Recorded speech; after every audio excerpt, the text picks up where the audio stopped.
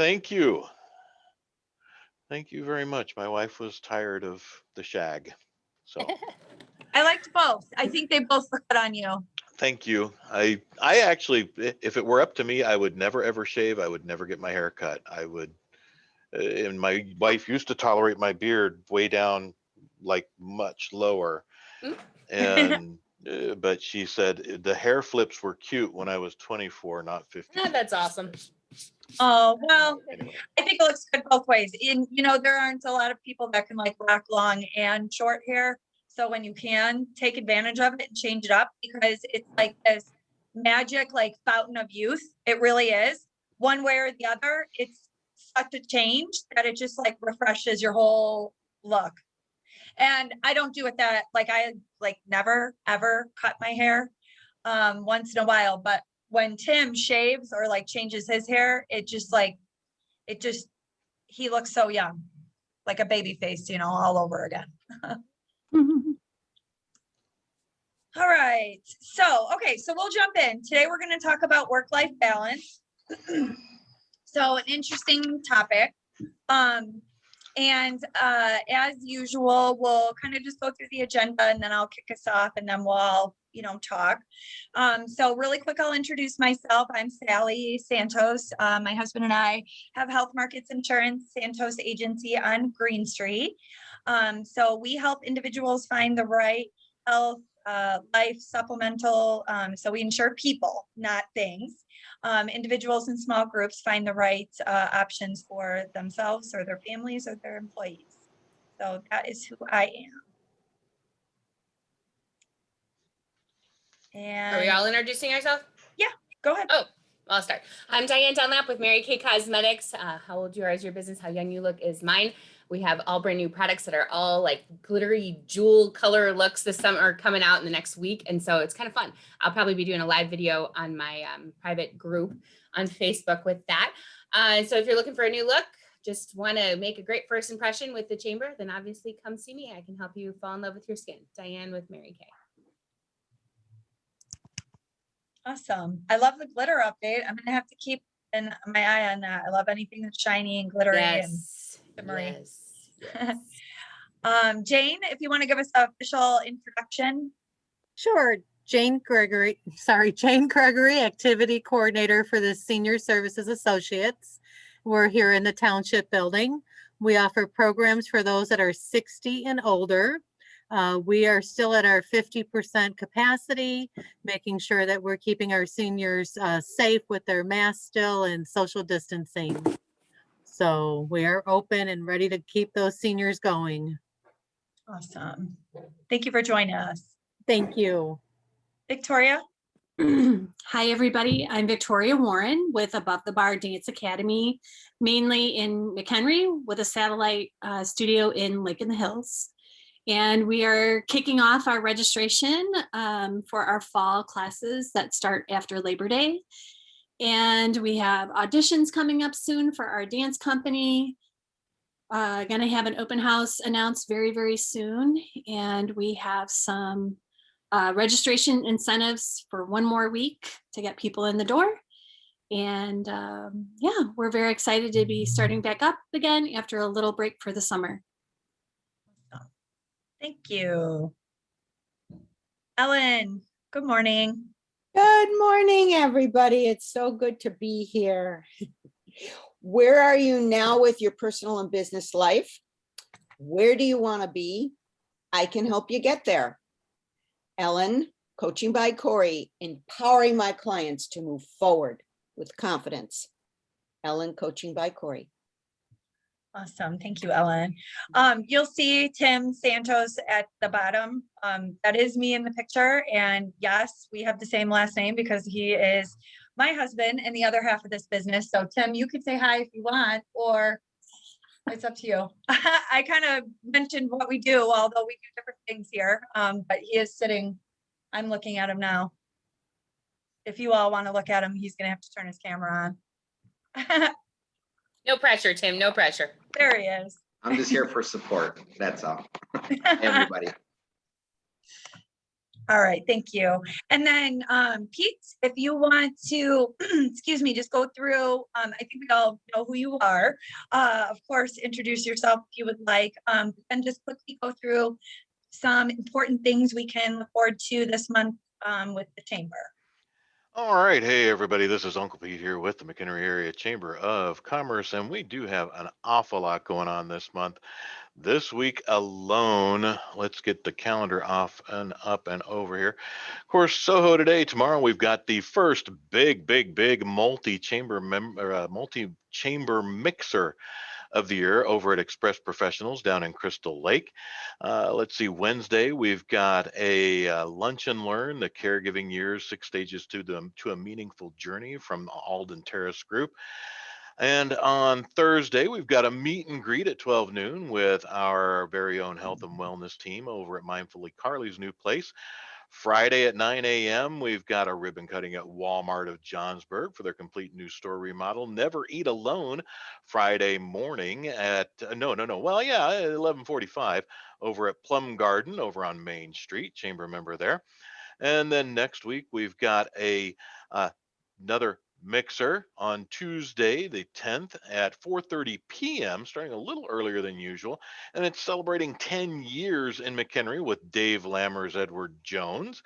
And then Wednesday next week, the 11th, we've got another mixer, a multi-chamber mixer over at Side Outs in Lakemore.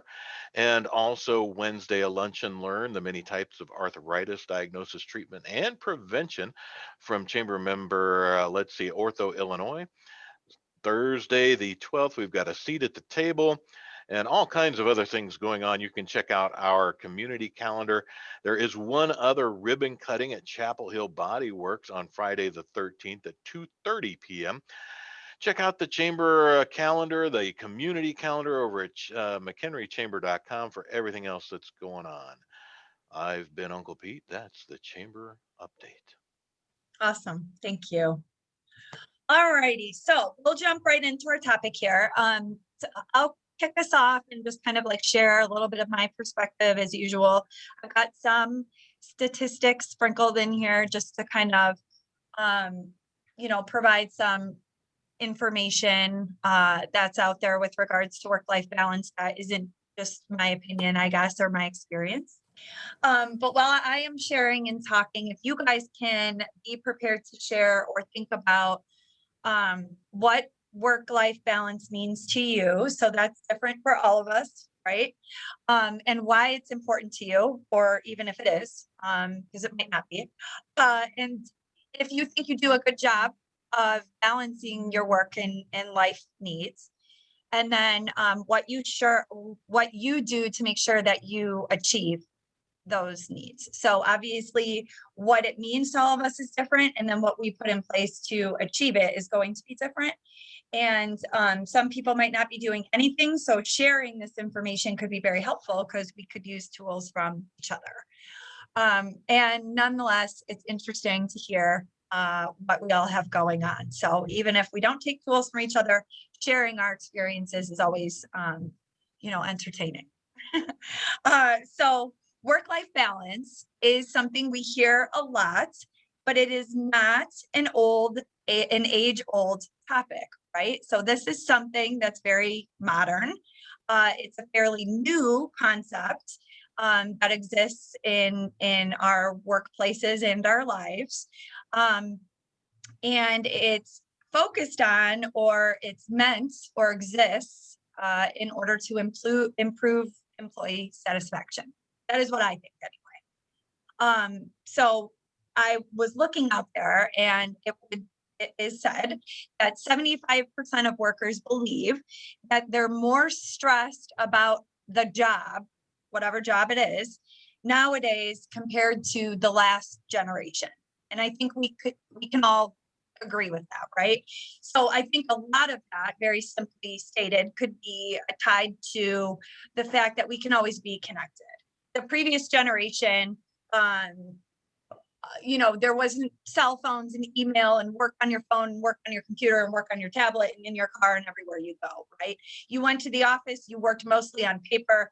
Maybe, you obviously had a computer, But there wasn't the ability to connect everywhere you went. There wasn't this sense of urgency and this kind of world we live in where it's like everything has to be like right now or we don't want it, right?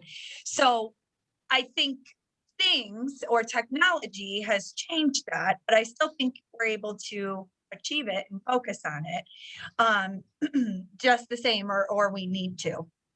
So the thought would be that if an employee has what they define as good work-life balance or enough time away from work, they will have less stress, increased satisfaction, and enjoy being at work more when they're actually there. So give your employees or yourself more time away from work so that when you're at work, you're more productive and you're happier to be there. And that makes sense to me. It makes a lot of sense to me because I have found a way to achieve this probably better than maybe my husband would like me to achieve it sometimes, but I'm like so productive when I am here, I can get away with it, and I'll explain. But I had to do this. So when I worked at Catalina and in my corporate life, I found myself so I was a people manager, and it's a very intense job. Any job can be and will be and is, right? As intense as we'll allow it to be. But because I was responsible for people and millions of dollars of marketing business, and we were transitioning our business, and I was not balancing my life appropriately, I was suffering from like debilitating anxiety. There was this bout of anxiety that I had where there was like 4 nights of no sleep. I found myself in an emergency room talking to a doctor, like, what is happening to me? I didn't realize what it was, but really what it all tied down to was I couldn't shut it off. I wasn't productive enough at work. Like I wasn't getting enough done. So I felt, and I just kept thinking about all the things that I had to get done at night. I wasn't able to sleep. So it was a complete imbalance that was kind of imposed upon me because of the environment I was in at work. But because I didn't focus on it, it got completely out of control. Now, as soon as I started focusing on it, I was able to get it back under control, and I've been very focused on it ever since that one incident occurred, because I saw how much it debilitated me and my ability to do anything, let alone work. I couldn't do a thing. So that's just one simple example. And when I looked at what work-life balance does and kind of some statistics around it, nowadays, 72% of employees in the United States say that work-life balance is extremely or very important to them. They will even ask a question or inquire during an interview, tell me about the employee satisfaction or the work-life balance here, or the perks at work, or how much PTO time I have. Where before, like even my generation, I would not ask that because I would feel that that would be frowned upon. Like, well, you're not motivated, like you're already asking for your time off. But nowadays, be prepared to be asked that question and be able to answer that question if you're hiring employees, because it's actually something that your potential employees are focused on and need. And we should be focused on ourselves. And as employers, if we employ people, it should be absolutely focused on for them.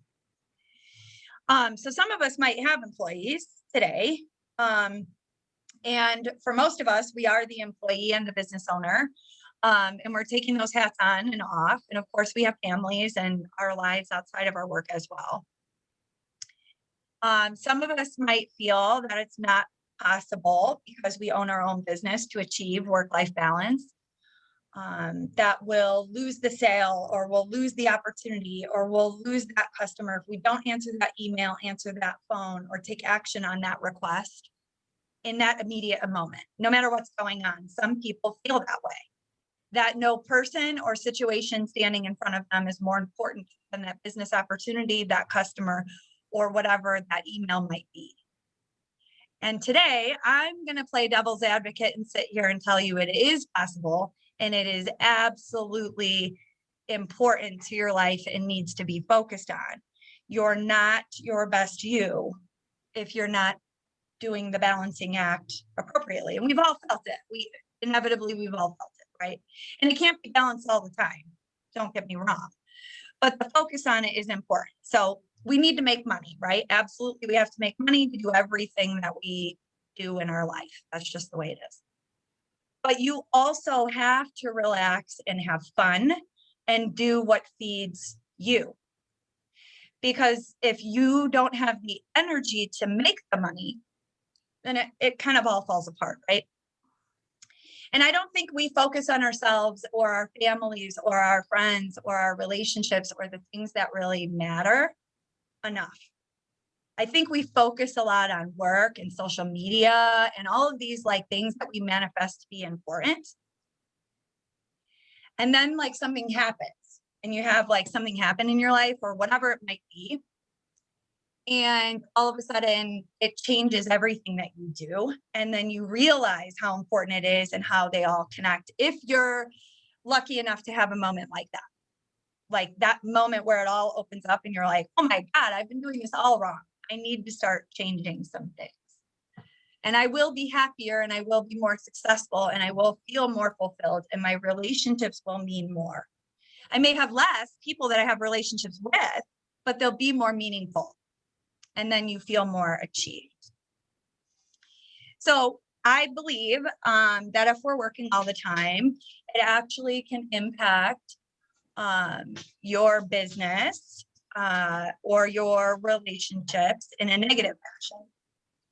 So just one simple example, and we've all been guilty of this myself as well, but I'm really good about putting the boundaries around it and kind of imposing those boundaries in our house with Tim as well and helping him keep those boundaries there where appropriate, because I know it's good for him too. Even though that's not always like a great conversation, it's important that we help each other kind of keep those boundaries and what we need to do sacred, if you will. So set the stage. You have a client calling you, it's past, your standard operating hours of business, and you pick up the phone and it's, hang on a second, I got to take this call, hold on. But your 3-year-old does not care that you have to take that call. And the dishes that are going on in the kitchen and the phone, the door is knocking or the doorbell is ringing, or just let's focus on the 3-year-old that does not care that you have to take that business call.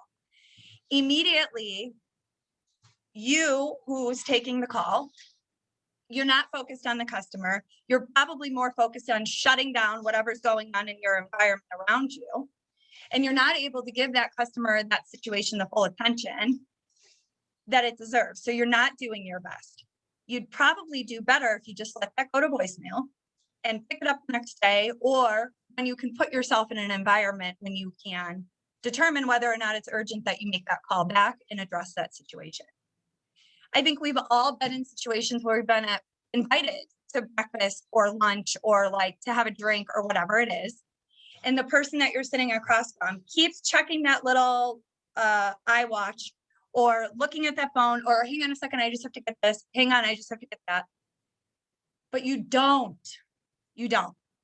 It doesn't, unless you're like an ENT or you are a surgeon or a doctor and you're saving lives and putting out fires or whatever that case may be, you can set up the right boundaries and routine to kind of keep that time sacred, whatever it might be.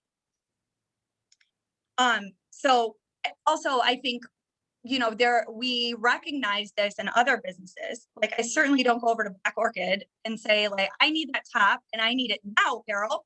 Like, why aren't you open? This is when I'm free to shop there. So I need to shop there. So I think if we cut, like, that's silly, but if we put that into perspective, it applies to us in our businesses too.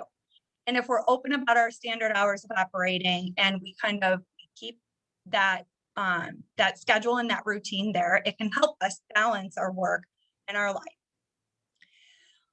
Okay, so that's a lot. So I'll wrap it up here pretty quick so we can get into what others think. So I chose this image because this is what is important to me. So I have to have enough time for family and friends and to take vacations. We have to make money. We have to run our business. And then the only other thing I would add here, which is odd that it's not here, but again, I think this is a new concept. And Diane, I'd love to hear from you on this piece. I would also add self-care, which has been a new one for me this past year and has definitely been a chunk of what I've inserted into my daily life. And I hold very important, and Tim has as well. Over this past year, that's been a big chunk that we have added. Okay, so work-life balance means to me having enough time and money to run our business, our life, and our household successfully. So of course, it's not just me, it's not just Tim and I, it is our children as well, of course, and then our business that we run. So taking all of those things into consideration are important to me. And I think it's simple. When the balance is off, things suffer. And that impacts your motivation, your focus, and your results. Mhm. So in order to achieve work-life balance, you have to define what that means to you. So this is what it means to me, being able to do these things, whether it be daily, monthly, weekly, yearly, whatever it is. And then putting in the goals and the boundaries to make sure that you can achieve them, and then making adjustments. Obviously, we don't control every facet of our life. And being a business owner, you probably control very little of it. But you are able to set a routine and put those boundaries in place and communicate those and stay true to them. I think often we upset our own routine by answering that phone, answering that email, and setting that precedence of immediate response. I had a mentor give me the most amazing advice, and we're going to talk about this like next month, but I'll just give you a peek on it. He said to me that it is always better to commit to what you can over deliver on than over committing and under delivering. So I think as humans, we want to raise our hands for like everything, right? Because we want to help, or we want to feel included, or whatever reason it is that we do that. We're always overstretching ourselves. And I think it's important to think about that. Like, I am super guilty of it just because I want to help, or I want to be friendly, or I want to be happy, or I want to be involved, or I want to be busy. Those would be all the reasons why I would say, I'll do it. But at the end of the day, I have to be real and be like, oh my God, I could never take on another thing because I've got to put lotion on my feet for like 5 minutes. Okay. And that's important to me because if I don't do it, I'm going to be upset. Well, that's silly, but it's true. Now, it doesn't take me 5 minutes to put lotion on my feet, but it's something that I do every day that is important to me. And during that time, I think about nothing because guess what? I'm always thinking about something. So sometimes I need to think about nothing. So I'll give you an example of how Tim and I kind of like work this together and then how we have to make adjustments. So our week, it's simple for us. And it might be exhausting for others. Monday, Wednesday, Friday, we have help with our children. So we're in the office doing standard business, you know, from 9 in the morning until 4 in the afternoon. And then a variety of activities occur in the evening, whether it be Tim's CrossFit, Gabe plays the guitar, Addie has a number of social activities. I have my workout regimen that I do, and it all fits in on a calendar. We use a calendar so it's visible to both Tim and I, and we know what's going on. I literally have 2 calendars that are handwritten that sit in front of me, an electronic calendar on my computer and phone, and a calendar in my laundry room at home.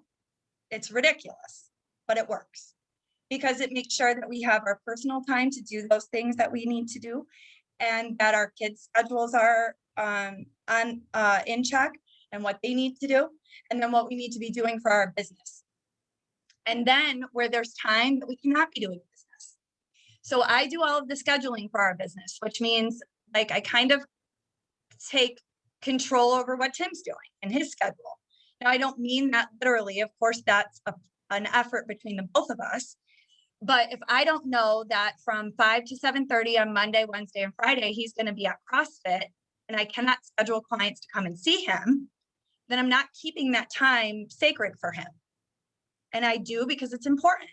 So that's how we make things visible to each other to make sure that we're not scheduling work over our life balance. And that, you know, we're not planning time with friends when we have to bring Babe to, you know, guitar or Addie has soccer practice.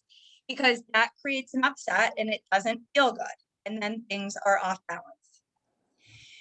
During open enrollment, we have to be here 6 days a week. Oftentimes, Tim is here for 12 hours a day. That is extremely intense. And we are very connected at home, and it's like a fine oiled machine. If you have children and your husband, you know that it is. So things that we will do to adjust for that. He does most of the cooking in our house. So I will pick up some of that, or he will pre-cook on the weekends so that he's not, worrying, number one, that he's not doing that and that maybe it's not getting done, or worrying about doing it when he does get home. Laundry will be handled differently. There's lots of laundry that happens in a house with 5 people. If I don't do it differently during open enrollment, I won't have enough time to focus on the things that I enjoy to do, because that's something that has to be done for my family. I'm responsible for doing the laundry. If I let it pile up, that's something that's not getting done. So it's that balancing act. It's kind of a silly example, but it's a quick example to show you, like, yes, you have a routine, but then that routine also has to adjust. And the important thing is that you keep all of the things that you need to do kind of in check. I do think that you can shut off your email and, kind of put it to bed at night, and that there's not anything that we do here on this call today that has to be answered in that immediate moment. And there isn't anything more sacred than your family and your time, because that gives you the mental health to focus on your business and do it well. Okay, so that's a lot of talking, but that is what I would leave you with on my thoughts of what it means to me, why it's important.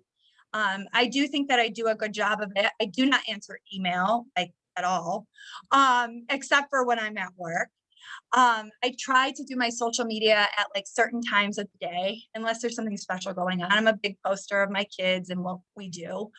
But I try to compartmentalize it so that it's not interfering with people that might be in my face. I'm not perfect at that, but I don't think any of us are.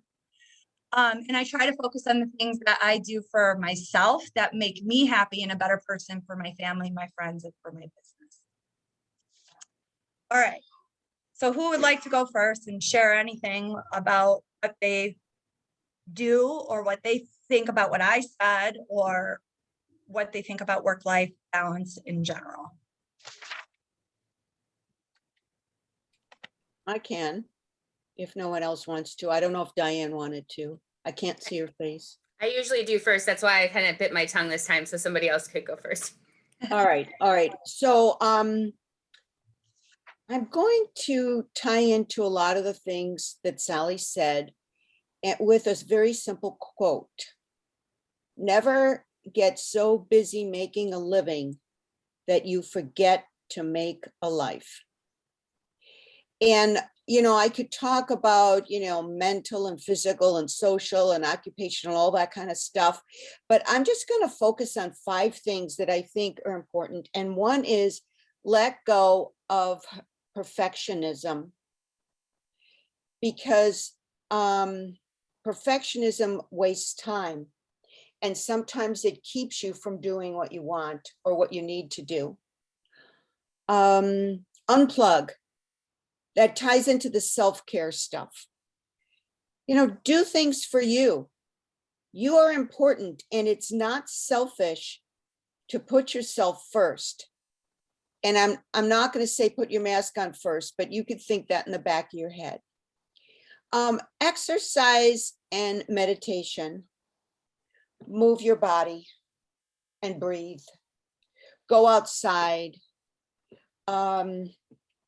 All these things help with work-life balance. Work smart, and this is going to be hard, but limit your interaction with people that waste your time. There are some people that waste a lot of time. There are some activities that, that waste your time. Set your priorities. What's your vision for your life? I set a very simple vision for my life, which is I want to be happy and healthy for as long as I can. And whatever fits into that, like exercise and eating right and all that kind of stuff, that helps me stay focused on my work-life balance. have a vision, because you have to know where you're going, because you never know when you get there. And knowing where you're going, you create the goals, the little stepping stones to get there.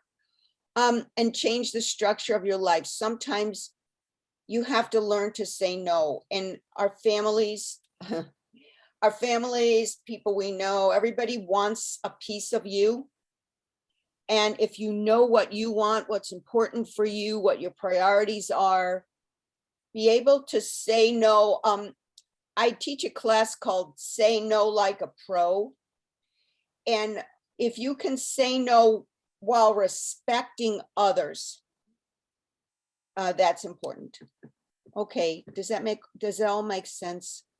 Definitely. That is absolutely makes sense. I think I love that quote. Never get so busy making a living that you forget to make a life. That should be like everywhere. We don't see it often enough. I think it's true. Let go of perfectionism. It's a waste of time. That definitely resonates with me. I don't in any way think that I am perfect, but I do a lot of things to try to achieve whatever perfect is. It is a waste of time, because guess who notices? No one, except for maybe yourself, and you're never satisfied anyways, right? The exercise, all of it. I think limiting unproductive interactions. Gosh, I reflect on the conversation I had with my mom. She was so upset with me for double scheduling my son.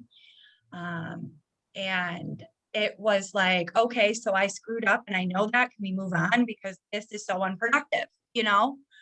So I think that all resonates. Thank you for sharing that.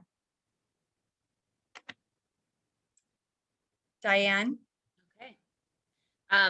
Well, I think back of how, thinking about latchkey kids, like going back to generational training, and how the kids of the 70s and the 80s, they were, came home by themselves. Basically, their parents were working. And so all those generational switches where people will, don't want to be like their parents. Like my parents were working all the time. So I wanted to work for myself so that I could be home with my kids when I wanted to be and be gone when I wanted to be. And let my husband be a dad, not the one who's babysitting and watching my kids when I'm gone, but dad, And so that was really important to me. So like Ellen was saying, and you were saying, Sally, that it's really important to figure out, what you want so you can kind of go towards that. But I'm trying to word this so I don't kink this whole thing, because I don't believe in work-life balance. I don't believe it's possible because I don't like the wording. So I change it to work-life harmony. Because if you have balance, then you're working the same amount you are with your family. And when you work a full-time job, you're not going to do that. And it's not going to look like balance. And so I like work-life harmony a little bit better, but because flexibility is the most important thing to me. So like my kids know, if if you've been in my house, I have shutters, like a half wall at the office, and I have the shutters closed and I have the door closed. So they know they're not allowed in here.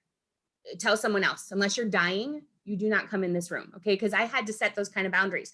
I will tell you, I don't have this figured out really as much as I'd like to, especially COVID threw me through a loop. These kids being home all the time, forget it. I told my husband, I want a brick and mortar. I want out of this house. I want to go somewhere else so I can actually concentrate. And so that has been something that I've been struggling with and kind of working on too. But I guess during that whole thing though, is giving myself grace of realizing that being present in the moment is the most important thing to me. Okay. Being present in the moment. Be where you are. I say that to my kids all the time. Be where you are. You are not where you are right now. You're thinking about something else. You're talking about something else. I was talking to you about something. You're talking to me about something completely else. You're not in the conversation with me. Be where you are. Okay. So that's a big thing in my house. And again, working on that present in the moment thing, I've just been raised up to believe in Mary Kay that, this is what they teach us. The leadership training in this company is just incredible.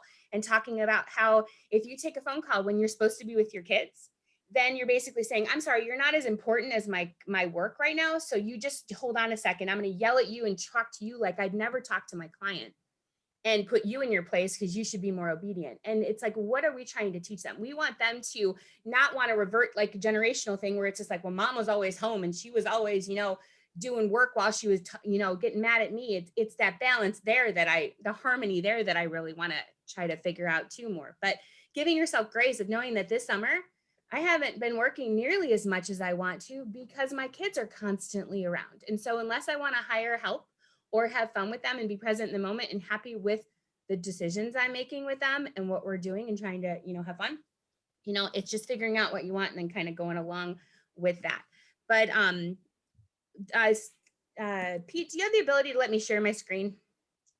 I think, Oh, I can already. That's exciting. Okay, here we go, guys.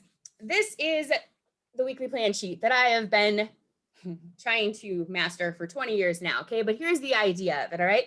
Basically, we get this. This is something we teach every one of our consultants on our team. And this is kind of the schedule. You print it out. I can put it in the file section of this too, if you guys want to print it. But first you put, like, our company believes faith first, family second, career third. So you put your faith into your schedule for the week. Then you put your family in the schedule. Then you put in your work. If your work is scheduled and set on time, then, obviously you have to put that in first. But then you're making sure you're having that self-care time, whether it's God time or, meditation time or whatever it is. But it kind of all goes into the schedule. And you can see, actually, these boxes that say my time or workout, family time, you color those with highlighters. So then after you're done putting all this stuff in, you highlight it and you can kind of see if you've got a harmony that you like. Like Mary Kay money time is green. So if I look at my week and there's not many green time, then I got to stick more in there. I got to figure out more time. There's 168 hours in a week.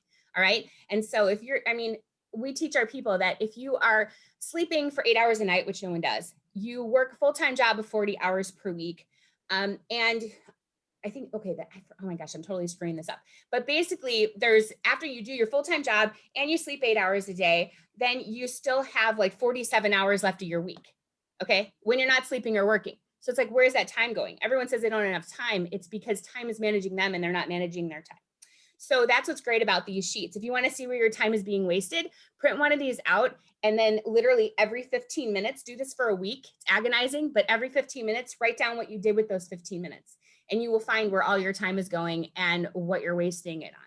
So so anyways, this is the idea though of making sure that there is that harmony in your life there. So because going back to the whole idea, if you're present in the moment, then you're not having notifications on your phone. Like I have my notification shut off. Like right now, my phone is on do not disturb. All right. So if anyone emergency needs to get through me, they know to call me 2 times and it'll go right through. But I don't want to see my phone light up. I don't want to be present in the moment anywhere else except with you lovely people, because that is the time that I have in my schedule right now. Granted, things can happen, but again, it's setting those boundaries you were talking about, Sally, that my kids know, do not bother me when I am in here. Okay. But I only shut the door and the shutters like when I'm seriously working, because I want to make sure that they know I'm here. Because that's the thing I wanted to change about the other generation is I want to be there, for my kids kind of thing. So it's finding that balance and that harmony there. But Ellen, you were saying too, the thing about like one of the biggest things I teach women on my team is how to say no. Like, let's practice. Thank you so much for thinking of me. That's not going to work for me at this time. However, I hope you can really find someone great. Keep me in mind for the future. And then change the subject. Very simple. Okay. And then you can actually take more responsibilities off your plate, because just because you would be good at it, like any Enneagram talkers, like Sally, you're a 3. You'll want to take on everything because you could do it better than everybody else. Okay. But think about that though. Then you'll say yes to a lot more, because it feels good to have people see how good you are at things. Okay. Just because I'm good at cleaning my toilet doesn't mean I have hired that help. If it doesn't bring me joy or it doesn't make me money, I try to delegate it as often as possible. So I have never once cleaned my house top to bottom in 15 years of living here because of a choice I made of boundaries. I wanted my time to be spent somewhere else. And so it's figuring out what balance looks like to you. Okay. And then making sure that you put that in your schedule. And then that weekly plan sheet I was showing you to follow it. I like to go to bed as the employer. I write down my to-do list, 6 most important things for the next day that my employees are going to do. And then when I wake up in the morning, that's the list I follow because I'm the employee. So going to bed as the employer and as self-employed, it's worked. And of course there is a balance there too, because I will tell you, I'm still working on that 20 years into the business because life hits you. It's just ideally, that is exactly what I would love to have a weekly plan sheet that it doesn't work for me per se. I work for it. If it says I'm going to be doing something during a certain time, if I have a Mary Kay party and it postpones, I want to make sure I use those 2 hours for Mary Kay thing because it was set aside for Mary Kay time. So making sure that you follow what you give yourself, because back of your mind, your subconscious knows when you lie to yourself, you're like, yeah, right. Like you're going to do that, and so we want to make sure that we're telling it the truth and, following through on the things that we say we're going to do for sure. And so, let's see here. Yeah. And Alan, I'm very proud of you for saying, letting go of perfection. I love that that's something that you're working on. Just wanted to end with that because that's great. Yeah, just throw that Enneagram thing in there at me. I just said I was proud of you because that's awesome. Because a lot of people don't, they literally, it's a false, thing to think that there is perfection. It's a false waste of time. So, Yeah. Okay. Yeah. I keep talking forever. So, Well, you know what? So you bring up, like, we all have our routine, right? Like, I'm a very scheduled, like, routine person too. That's just how it all happens. And then I think we all have, like, run into situations where maybe, like, your routine butts heads with your spouse's routine, but they both need to be achieved. And they're both, like, equally as important. And then things have to, like, shift. So you talked about, like, the adjustments, and staying true to your routine or not, like, abusing it, so that the other people that respect that routine stay true to it too. So you're not, like, crying wolf. Like you said, you don't put yourself in your office and lock yourself in there and then paint your nails. Right? Like, you're not pretending to work to, like, keep yourself closed off. And that's really important. I think you bring up, like, a really important point. So I do this in a little bit of a different way. Like, Tuesday mornings are usually mine. I'm home with the kids, and then I come in and I work in the afternoon. And I really, really try to do something with my kids, whether we're playing with toys or we're at the park or we're doing something, not fill that time up with, like, housework, because I realize not everybody gets that time. Not everybody has the luxury to say, you know what, I'm going to take my kids to the zoo on a Monday morning. Like, who can do that without taking a vacation day? So you try to stay true to those things and not fill it up with work when it's supposed to be this or that. Like, keep your buckets segmented to the right people. And sometimes they pour over and spill, but I think you make a really good point in the fact that, like, you brought up that map. We would refer to that as, like, a map of life. Tim and I, that's what we would call that. And we use it, but we use it electronically.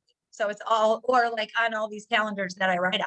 And we absolutely do. And when something's on there, it's a problem because it didn't fit in, So yeah, I'm glad that I'm not the only one that is like feels like you have to have that schedule or things are out of well, control. there's got to be flexibility in it. Because remember, like, my goal is to make sure my kids want to be self-employed later. I don't want them to be like, self-employed means you work all the time and you always answer your phone and you have to work at all hours and it's just not as fun. I'd rather go to a 9-to-5 job because then I know I'm actually done and can be home all night. So I want to make sure that, but with the schedule with the husband, Chris knows that, and me too, if I'm going to put something new in the schedule and he's already booked, then I have to find the sitter. Yep. Or same thing. If I'm in, he finds a sitter. He doesn't even tell me. He goes, just so you know, I've got something going on this. So this person's watching the kids. Okay. You took care of it. There's just systems, setting up systems whenever there's a bump in the road. Yeah, for sure. I also like that you call that. I'm changing it forever and will really purposely do it. Work-life harmony makes more sense because balance by definition, I'm pretty sure means equal parts. And it's not. It's just finding what works for you, whatever part you put wherever you're putting it. So that makes a lot of sense. So I really like it. That's good. All right, Jane, what do you think? Joining us and like the 3 of us, 4 of us, 5 of us, we talk a lot. So I don't think there's any surprises from each other, what we're saying. But what are your thoughts? So I'm more on the employee end of it. So, basically I'm here at 7 in the morning until 4 in the afternoon. I do, however, have my emails set up to my phone from work. So that way 24/7, I'm always checking them. And I have found that I've had to kind of limit that especially at Friday at 4 o'clock till Monday morning, I'm not checking them anymore, whereas I used to before pre-COVID, because I always wanted to stay on top of everything. And people always made the comment, she gets back to us right away. We can't believe she even replies over the weekend. And it got to a point where, why am I doing that? Because it really wasn't anything that was required or expected. And my kids are older. They're both working full time now. So it got to a point where this was the first time in 5 years we took a vacation all together, because everybody was in so many different directions. And it was just, and actually my husband and I even took our first vacation in 5 years for a long weekend together. So I did a double whammy this year, and it was like, wow, everybody survived without me. So this can happen. Um, so yeah, since they're getting older and starting to have their own families, it was kind of like it put it more in perspective. My dad was a CPA and my mom was a psychologist. So, their hours were always very early in the morning till late at night and weekends. And I thought that's what a job was. But now looking at my kids and their perspectives are so different, it's kind of trying to find that balance to have the life with them now, and not look at that past balance. Yeah. So, I mean, from like talking from an employee standpoint, when I worked in the corporate world, I was always one that took all of my PTO, vacation time, sick time, you betcha. None of that ever carried over, ever, because I earned it and you need to take it. And there are so many people that don't, and they will survive, without you, like you said, like they do survive. And you bring up a point where I would ask a question. So while you have your set hours from this time to this time, the amount of stress that you could be under from that time to that time could impact or throw the balance off that you have at home. So even though some of us might not have the luxury to say it's 4 o'clock, I'm done, because we're owning our business that we're also being the employee of. You might have a different level of stress than we feel throughout that day, because you're not necessarily owning your day. You're an employee of a corporation or of a business. And when I looked at some information about work-life harmony out there and statistics, 65% of employees would report that while they like their schedule, that they work from 7 to 3 or 9 to 5, the workplace has caused the stress that they undergo during those times has caused various issues in other facets of their life. So in other words, they might give up the set schedule for less stress and less impact on their life when they're not at work. How do you feel about like your balance at work? So like the level of responsibilities that you're required to fulfill and the time that you have to do it. Do you feel like you have that balance at work, or do you feel like stretched thin? I stretch out work into after hours during the week. It's a lot of times, having to run to different stores to get stuff for crafts. So sometimes instead of heading straight home, it's nice. My husband just retired this year, so I'll call him and say, hey, you have to do dinner. But I've seen kind of that stress where it's like, I'll say like, I'm running to Hobby Lobby. I need to go get this, this, and this. And then all of a sudden leaving him in a lurch of trying to find other stuff to do. And I'm trying to balance that more because I'm putting more expectation on him since he's retired. And I'm like, well, you've got all the time in the world now. You can do this. So it's trying to find that balance again and knowing that he really doesn't. He's got other stuff that he's working on, and not just throwing that at him. So that is become a little bit different where I can't do that all the time and just running out after work and for that hour extra, to do that. I've got to find that time during the day, which I have it, but it's just making sure to do it. Yeah. And so, I don't know if they would allow it or what your environment is like at work, but I wonder if it could be like scheduled into your work day. Because another thing that I see, it seems a little unfair about that, is it's a work activity, and I'm sure that you don't get paid for that No. 1 hour that you're running around, so you're doing that on your own time. And a lot of people do that. I had many conversations with my employees when I worked at Catalina, and they would say, hey, that didn't get done because I would have to do it from home. And I'm salary. I'm not getting paid to do it from home. And Right. it's a tough conversation because somebody is going to feel that impact. But that's where that, like, owning that harmony, if you will, in your own life comes in. And we have to have those difficult conversations when it starts to impact something. If we can balance the one off here and there, that's one thing. But when it becomes a routine that starts like creeping in, that's when it can get a little overwhelming, I think, for us as individuals. Absolutely. Victoria, what are you thinking?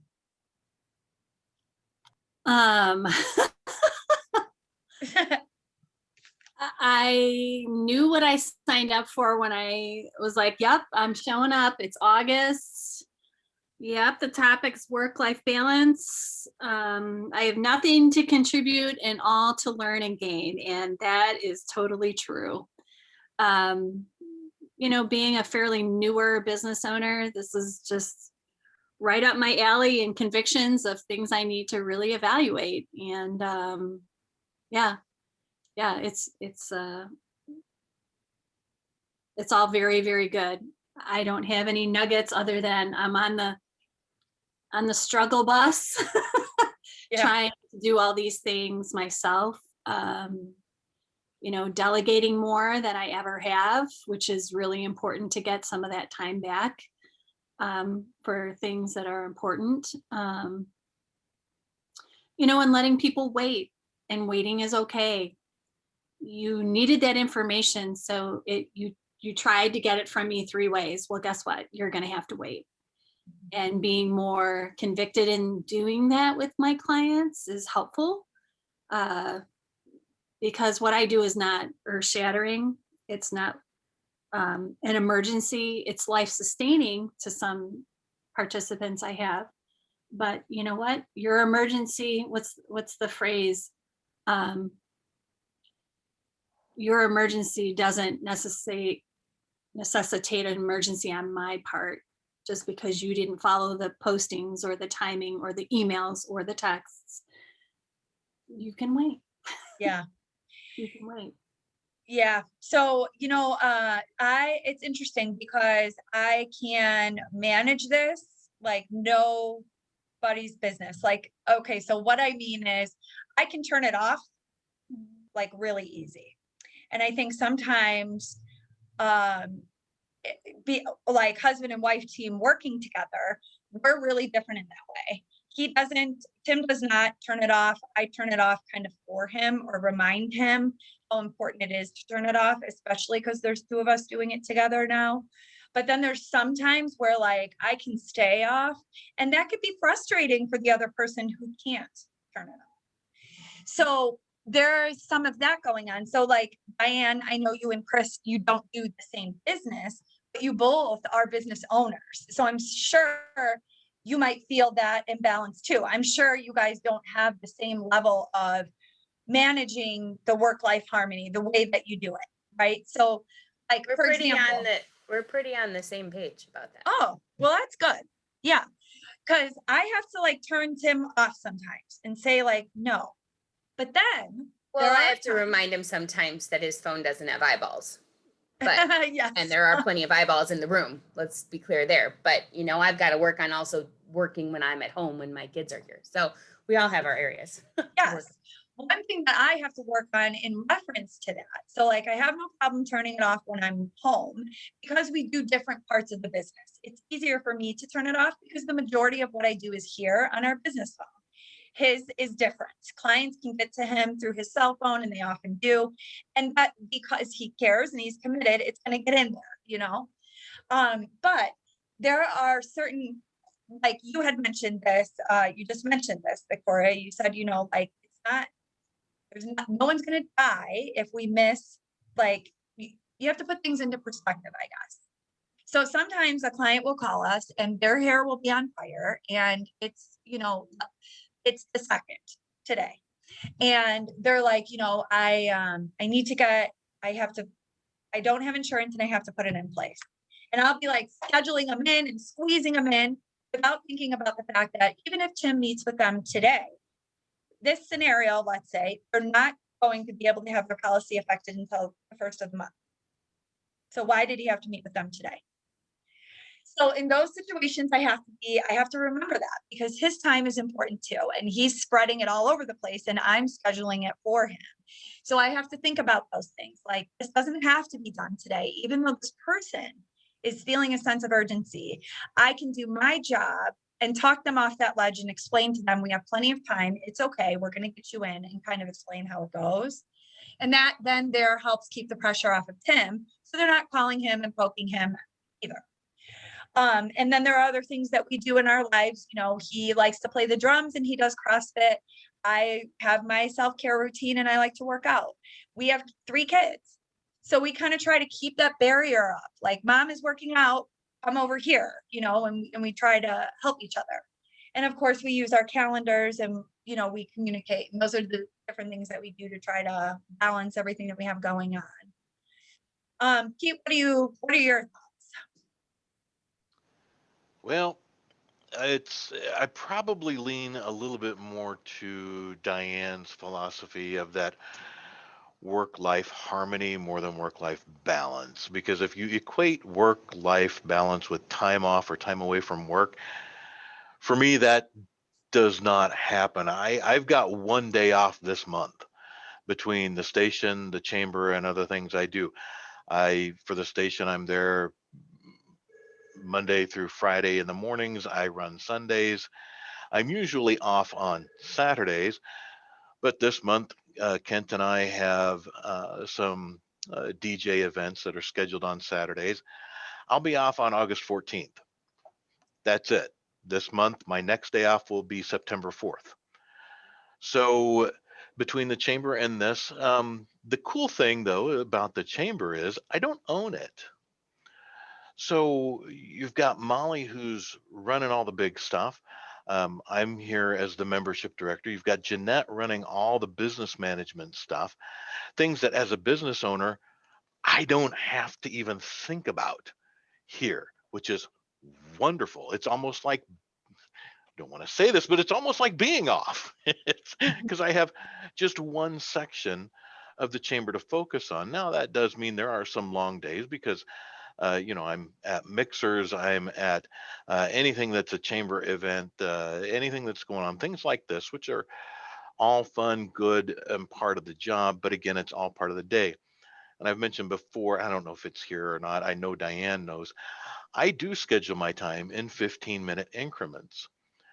And when I'm not doing a work thing, because I do things other than just the chamber and the station, there are other facets of my work life and income life that I handle. But when I am with, right now, my wife and I are empty nesters other than all her animals.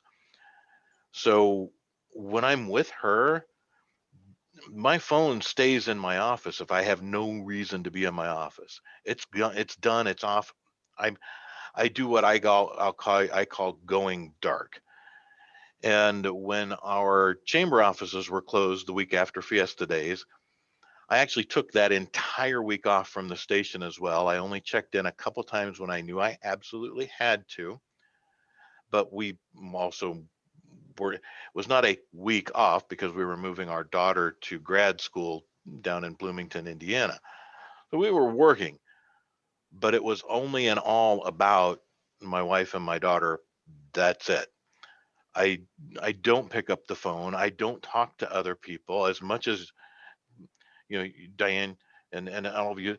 You're wonderful, wonderful people. You're all absolutely fantastic and amazing. But when I'm with my wife or my family, that's where I am. Diane, you talked about living or being present, living in that moment.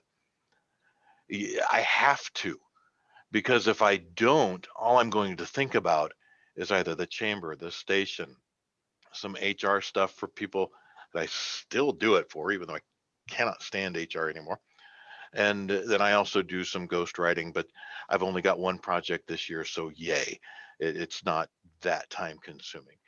But it is crucial that I keep my focus where I am, because my downtime when I'm home with my wife has to be exclusive. It has to be between her and I, because I'm not, again, I'll have one full day off this month. That's it. So my segments of time when I'm home with her are dedicated to her and to our relationship and to whatever's going on there. And her call and her text, I will actually take those if I see them come in, no matter what. She's number one. My kids almost always call and text her first. You know, Dad's always at work. And I work now more than I did when I was, owning staffing companies and all that kind of stuff. I actually thought, oh, I'm going into retirement. And I'm going to play at the radio station. No, that not even close. But because of the way I budget and manage my time, I feel more in harmony. I love the way you phrase that, Diane, because that really clicked for me when you said that. I feel more in harmony with my life across the board at this point in my life than I ever have before, ever have. And because there were times when, owning staffing companies, you're running, I mean, you have people out working 24/7, 365. It's how you make money. And that never shuts off. And if you've got somebody calling you at 3 o'clock in the morning because someone had an accident in a manufacturing plant in Harvard, guess where your butt's going at 3 o'clock in the morning to take care of that? It's just the way it goes. And that applies 7 days a week, all the time. So again, at this point now, I feel way more comfortable, even though, again, a total day off, eh, which I look at and I go, oh, I know, and I actually know what we're going to do on Saturday, August 14th, because my wife has already told me. But it is so much easier now for me because everything is laid out, and I know that I can put the phone down. There is absolutely never going to be any significant great emergency other than perhaps if the station goes down, because it streams 24/7, 365, it can never go down. And it hasn't. I got to knock on wood here somewhere. I'll knock on it for you. Yeah, it has not done that in 13 months. We have not had an interruption in 13 months. And the last interruption we had was I think it was only about 7 minutes. So, yay. But that 7 minutes was like, why are we down?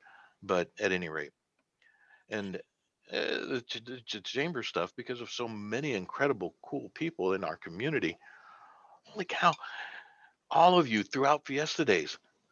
I cannot believe how many of our chamber community contributed their time, their effort, everything into making that really pretty fantastic. And, there were little hiccups here and there, but oh my gosh, it was freaking phenomenal. Even though we had 12, 16, 18-hour days, it really went phenomenally well. And you guys, thank you so much to everybody who was part of that, because man, it was awesome. It was fantastic. So thank you. Yay, Yeah. I'm done talking right now. I want to I answer agree. Ellen's question. I saw that, but really quick before we get into that, Pete, I'm glad that you talked about like how you keep time separate, because the very first question I was going to ask you, can I ask you a personal question? But you hit it right on the head because you probably knew we were all thinking the same thing. I have only one day off this month. Like, how does your wife handle that intense schedule? But you mentioned it. And I will say that anybody that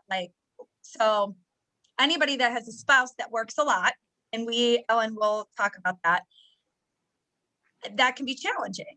But Pete, that's how you manage it. So you have a very busy work schedule, and you make up for that because you put certain boundaries in place when you are at home to keep that time with your wife, Mhm. So Tim and I have to be very purposeful about this because we have 3 kids that are young, but we also work together.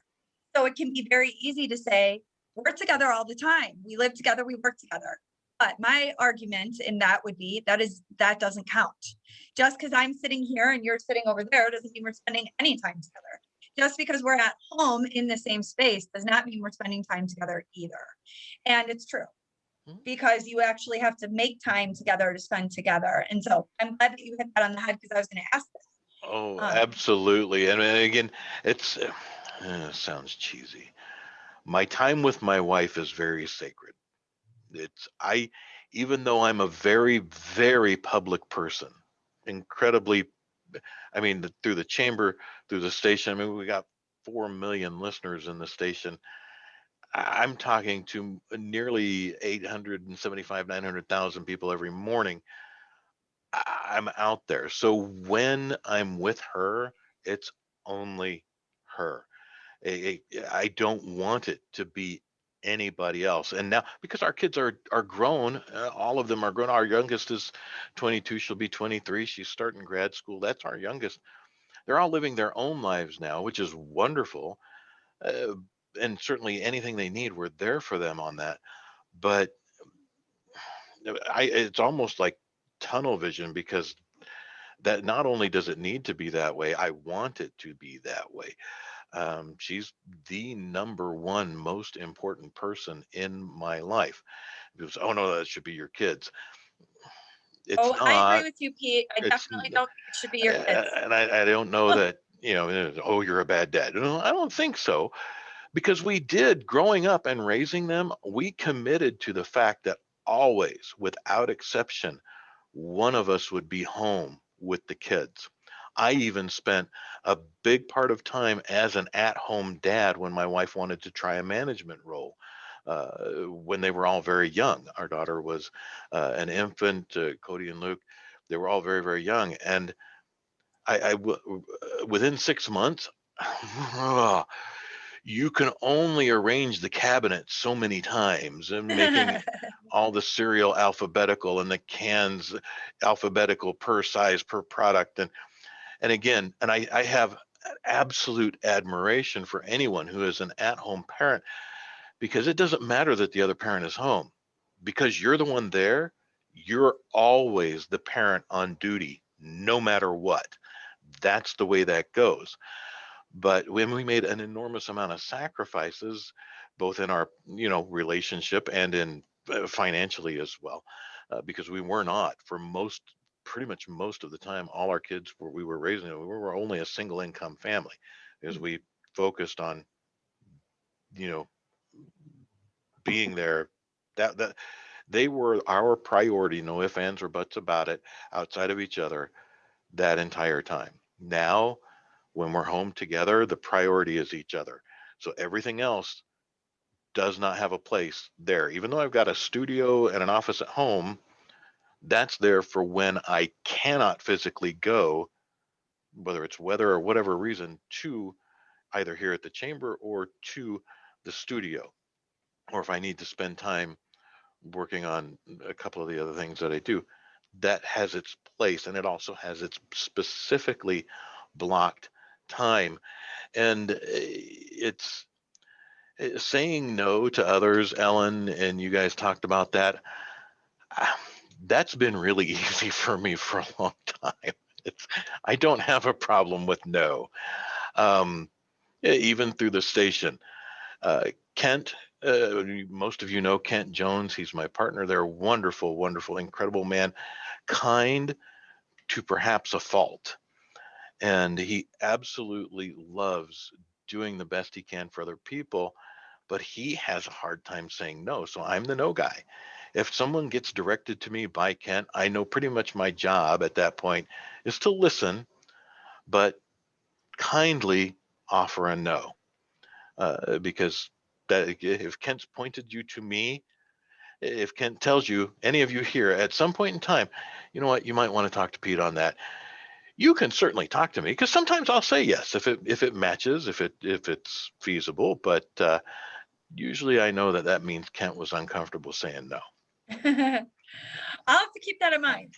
And I I want know to, the I answer's want to gonna talk be no. about that. Go ahead, Sally, but I definitely want to talk about Ellen's question because I No, think, let's talk about that. Yeah. and then I also have a couple notes on things that everyone else said. I was Yep. biting my tongue. Okay, but no, Ellen, this is the fascinating part about being a workaholic. Okay, like I think workaholics don't have the ability to turn it off without guilt, and Pete and I don't have problems with turning it off without any guilt whatsoever. And I know that I'm sure it's a number thing. I won't go into it, but knowing the idea, like what the definition of a workaholic to me is more that you can't turn it off. So like what I was saying about like when my kids, if something changes in my schedule, if I say I'm going to be with them and all of a sudden I'm just like, oh my gosh, I've got to take care of these things because we're going on vacation or whatever. I got to get this stuff done. It's, I think something that our generation, our parent generation missed out on with their kids is learning how to apologize. Mhm. My parents never apologized for anything ever. It was always their way. Kids are obedient. I mean, and it was even more, going back even further generations. And so I think it's so important that we teach our kids to apologize. And I will always tell them, I am really sorry. This came up. Give me 30 minutes. And at 30 minutes, you can even set a timer. I will be done. I will shut everything off. I will be done. And I will be present in the moment with you. And so help me, my kids, because I've always taught them I'm a woman of my word.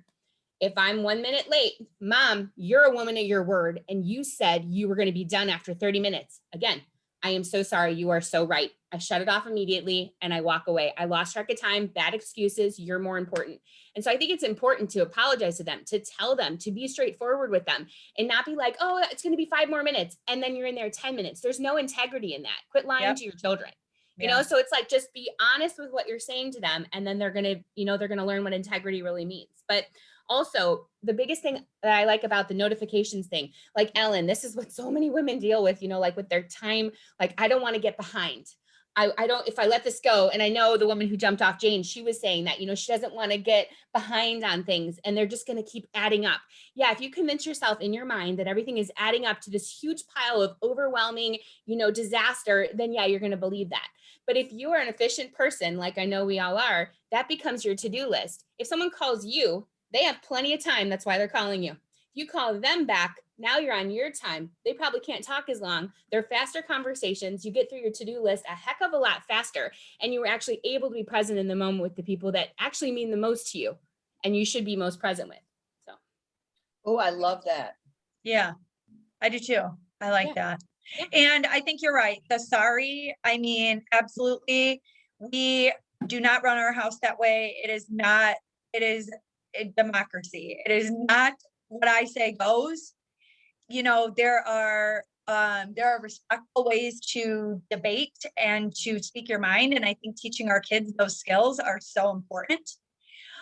Even at a young age. And even though like my 3-year-old doesn't do it the right way and he might stand there and scream, he is trying to communicate. My thoughts differ from yours, Mom. Let's talk about it. There is another way to do this. I can have a popsicle and go potty at the same time, So it's just, and saying sorry is so important. Like I always accept when I am wrong. If I have gotten too loud or too out of control about this, or didn't make good on my commitment, or I double booked or whatever it was, because I agree, it teaches such an important lesson. We're not perfect. We do owe it to them. They are people, you know what I mean? And I don't think it is managed, or it shouldn't be managed the same way. And it does teach a good lesson. It does. So I'm glad that you brought that up, because I agree that was very different when we were kids. Well, the guilt too that comes with people, like when you're afraid to say no and you're afraid, all this guilt that comes with, it's just, well, as a Christian, it's like guilt doesn't come from God. So it's just like, that's not, we shouldn't feel guilty like ever. If it's a guilt, you got to figure out what's going on there, because that's something you need to set a boundary for or put a system in place for sure. Yeah. I have zero guilt saying no, especially when I know that it's an important no. You have to have your boundaries in place. And even with our, that's one of the reasons, Diane, you mentioned the latchkey kid thing. Both my wife and I were. I'm a very old Gen Xer. I'm about as I still qualify as a Gen Xer, but I'm an old one. And my parents were always gone working. And I learned to feed myself. Right, starting kindergarten. Hey, I was coming home because I went to morning. I walked there by myself. I walked home by myself, and there was no one in the house when I got home from kindergarten. That's the way it was, and that's the way it was from then on. And then it just Yeah, well, no is on, it's an 8 thing, just so you know. Everyone else can't do it, just so you know. so everyone else Oh. it can't do it. See, and that I puzzles me can do it. sometimes. I You, can do it. Have you can had do to it. train yourself? Have you had to do you have to deal with guilt or let what's going on in your head and have all those conversations in your neighborhood of your head after? Um, Me? I No, had not to at all. realize that Across it all. I had the power to. But I think that's also environmental, because a lot of women think that they always have to say yes to their children because they've been taught that way. And I saw your face, Diane, but you just weren't taught that way. But, Right. I deal with these groups of women, and sometimes they Oh, think I that always they had to have say yes to say my yes. parents. I always had to say yes to my parents. So no, I was definitely taught that way. I just thought it was totally wrong. But go ahead. Yeah, Oh, it was so very did much a you- do as I do, not do as I say kind Mhm. of thing. Yes. Yes, exactly. yeah. Yep. No, Yeah. I'm just I making do have a hard time saying no though to my children. And I think and the way that they react to me saying no and Tim saying no, you would be able to identify it immediately. When Tim says no, it's no.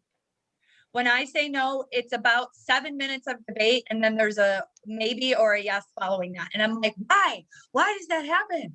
Because no has been always debatable coming from my mouth. That's why. And you train and teach them just like anybody else, behavior is learned. So that's my fault. But at least I have, I've got the balance, I've got the harmony there with Tim because he didn't make that mistake. The workaholic topic, let's just take a few minutes to talk about that because that's a whole different thing. I think workaholic is an addiction just like any other addiction.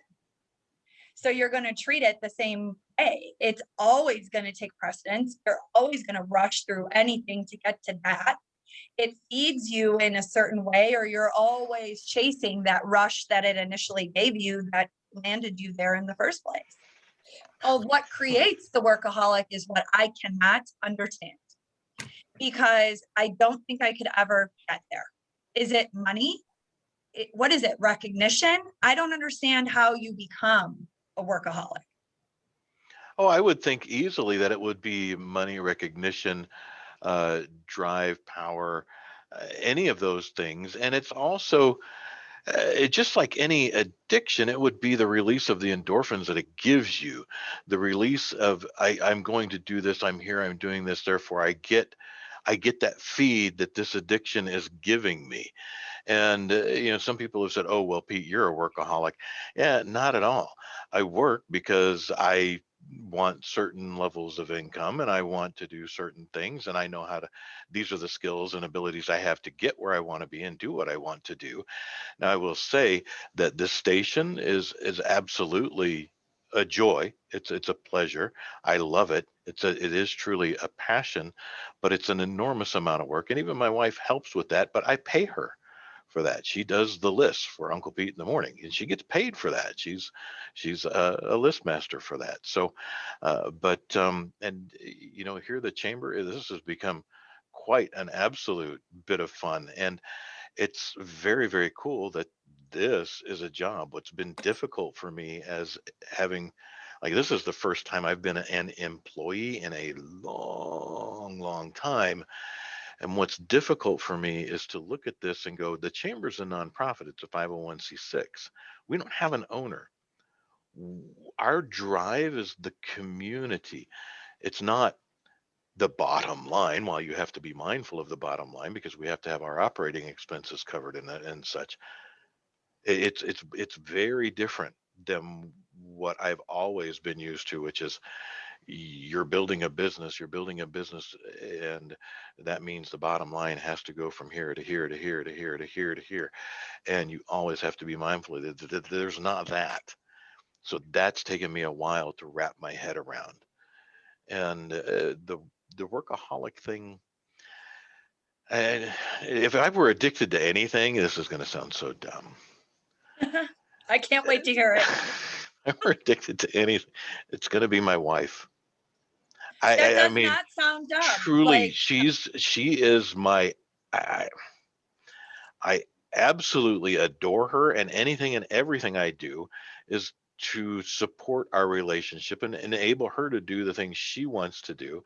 And I just, and it feels really kind of dorky to say that, but that she, if I were to have an addiction, maybe outside of coffee, even though I'm drinking tea right now, it's gonna be my wife. But that's why it works. That's why when the idea came up to Ellen that of being a workaholic, it works for you because you're working around your schedule and you wouldn't be doing anything you didn't want to do. Absolutely correct. Yeah. Yeah. So I think, yeah, and she asked another question, and I think this is interesting too. So, could it also be the requirements or the expectations of the job? So that's really interesting, and I say debatable. So, I think a person can take as much time to do a task as they want or as little time as well. So the requirements or the expectation of the job can be done in a more efficient manner to squeeze it into the time that you have to squeeze it into, possibly. But what develops a workaholic, I think, is the person chasing that feeling or whatever it was that pulled them in the first place. That's just really interesting because I think we could all define it differently. well, it satisfies one of your core motivations. So obviously becoming a workaholic, something is being satisfied within you that's making you want to be a workaholic. Yeah. So I think it would be easy to say someone is a workaholic if they're always at work all the time. So in the sense of fulfilling the expectations or the requirements of the job.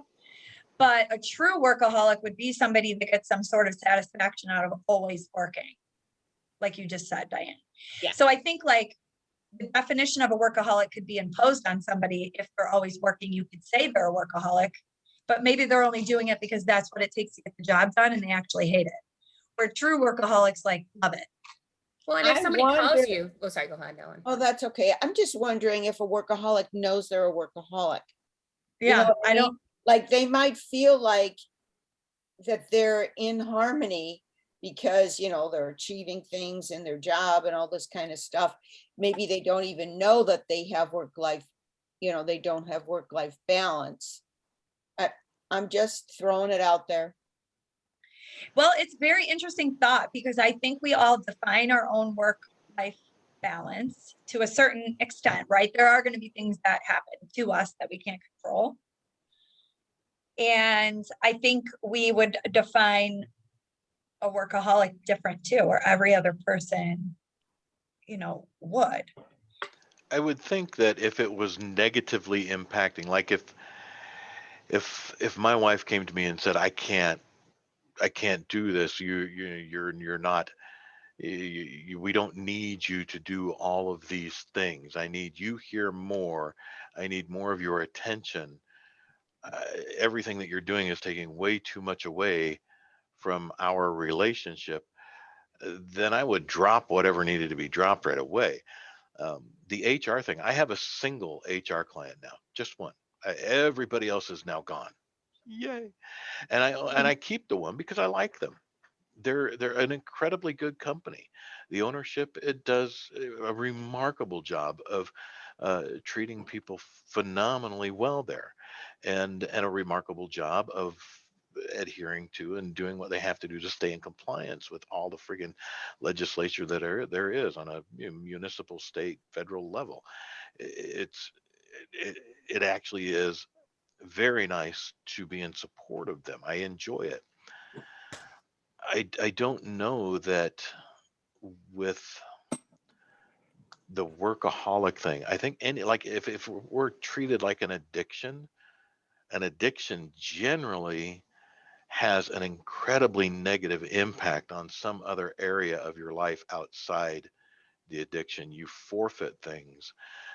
So if there were things that were being forfeit Yep. I would have to, I mean, just talking as myself personally, uh, the thing that would be harming my, if it was harming my relationship with my wife, it would have to go. There's no discussion. It would just have to go. Yep, I am 1,000,000% agree with you. That it And it's 1 doesn't, o'clock. I have another call I actually have to get to, but just if someone calls you a workaholic, you got to know that's their baggage. They either live with a workaholic or they don't ever want to be one. And so you got to put it through that filter too. So I have another Yeah. call starting right now. So I good will to see you. Yeah. Okay, Bye, guys. bye. Remember to get the file out of the chat before you leave. Yes, All right. bye. Bye. Okay. 4 o'clock anyway. Interesting, but yes, so that is an interesting piece to it, excuse me. But I also have to get going, really quick, let's see. So next week, we're talking about the best business advice that we've ever received, or next month. So I shared a little bit about it, but anything that was meaningful, motivational, or hard to hear, but necessary business advice that we've been given, and then we'll share that and discuss like why it was impactful and what the result, that it had on us was.